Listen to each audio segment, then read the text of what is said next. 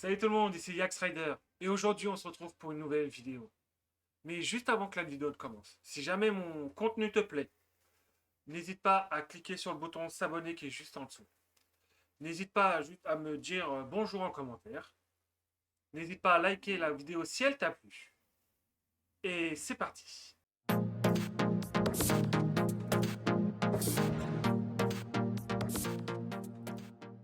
Et si les dieux de l'Olympe vivaient aujourd'hui à New York? Et si Zeus utilisait la foudre comme une arme mortelle? Et si les mythes grecs n'étaient pas morts, mais simplement cachés? Alors je vous dirais qu'aujourd'hui, on va plonger dans une théorie fascinante. Percy Jackson est-il fidèle à la mythologie grecque? La réinvente-t-il complètement? Ou peut-être les deux? Rick Riordan, entre respect et réinvention. Avant tout, il faut comprendre une chose. Rick Riordan n'a jamais voulu recopier les mythes à l'identique. Il s'est inspiré directement des textes antiques, comme l'Iliade et l'Odyssée d'Homère. Mais il a adapté ses récits pour un public moderne, surtout un public adolescent. Son objectif était de rendre la mythologie vivante, accessible, mais drôle. Et pour ça, il va faire trois transformations majeures. Les dieux dans le monde moderne, dans la mythologie grecque. Les dieux vivent sur le mont Olympe, en Grèce. Ils sont liés à la Grèce antique. Leur pouvoir est intemporel, mais ancré dans un lieu sacré. Mais dans Percy Jackson, l'Olympe déménage en Allemagne, en France, en Angleterre, à New York, situé au sommet de l'Empire State Building. Les dieux suivent le centre du monde occidental, déménagent avec la culture. Cette idée est directement assumée par Riordan. Les dieux évoluent avec la civilisation. Riordan transforme un concept mythologique en métaphore moderne. Les dieux, l'Olympe, au centre du pouvoir culturel. Les dieux sont le reflet de notre société. Les dieux ne changent pas, mais leur environnement évolue. Les dieux ne changent pas, mais leur environnement, si. Les dieux humanisés et adoucis.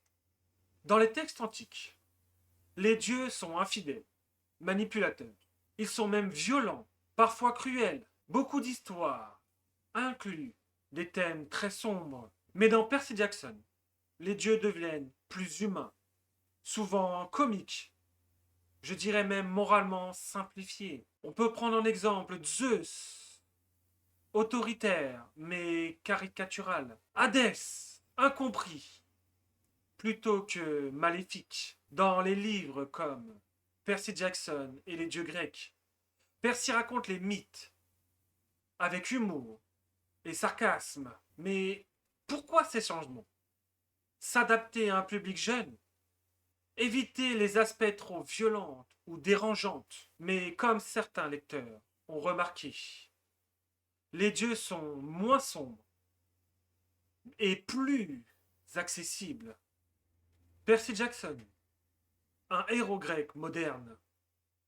Dans les mythes originels, les héros grecs, comme Persée, Héraclès, ont souvent une naissance divine, des épreuves imposées et surtout un destin tragique, ou sauver l'Olympe, combattre des monstres mythologiques tels que le Minotaure, voire même des dieux eux-mêmes comme Arès.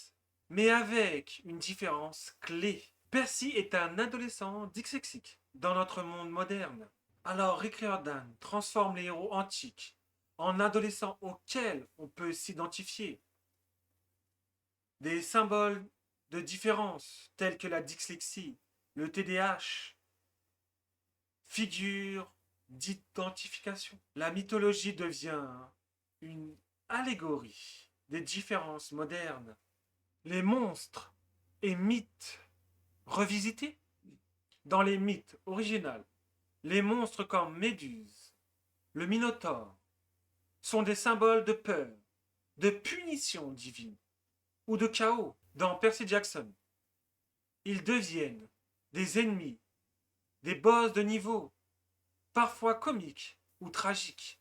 Par exemple, Méduse, victime transformée en antagoniste nuancé. Les monstres reviennent sans cesse. Une petite logique de RPG. On peut dire que Rick Riordan transforme la mythologie en symbole narratif de jeux vidéo. Quête, ennemi, progression. Tout cela correspond. Une réécriture assumée? Dans ses livres, comme Percy Jackson et les héros grecs, ou Percy Jackson et les dieux grecs, Rick Riordan réécrit directement les mythes, mais en gardant les grandes lignes, en ajoutant humour et narration moderne. Percy lui-même devient narrateur. Les mythes sont racontés avec sarcasme et distance. Fidèle ou transition? Alors, est-ce qu'on peut dire que Percy Jackson respecte la mythologie? Oui, dans la structure, un personnage, les relations, le récit respecte en grande partie les mythes. Mais dans le ton, on peut dire que non. Modernisation, simplification, l'humour. En gros, Rick Riordan ne copie pas les mythes. Il fait ce que les Grecs faisaient déjà. Il réinterprète leurs propres histoires, mais en le mettant à notre époque. Alors, et si les mythes n'avaient jamais disparu, mais qu'elles s'étaient simplement adaptées à nous? Dites-moi ce que vous avez pensé de cette vidéo en commentaire. Et si tout cela t'a plu, tu peux liker la vidéo et tu peux t'abonner à la chaîne. Et si jamais tu veux continuer à regarder, tu verras une petite vidéo apparaître sur le cadre. Moi je vous dis à très vite pour une prochaine vidéo. C'était Yax Rider. Ciao tout le monde.